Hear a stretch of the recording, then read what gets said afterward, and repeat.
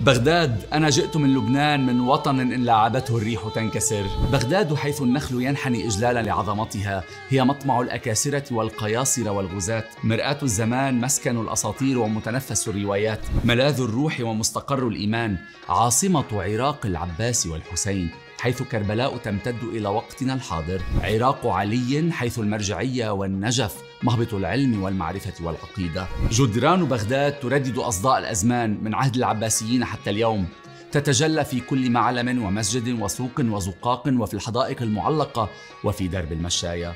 بغداد الخوارزمي والرياضيات والفلك والجبر، بغداد الرازي والطب والكيمياء وابن الهيثم والبصريات والضوء، بغداد الجاحظ والمتنبي وزها حديد، بيت الحكمة والفلسفة والكتابة المسمارية وموسيقى تنساب على المقام العراقي، يليق بها الشعر وينظم على أنهارها.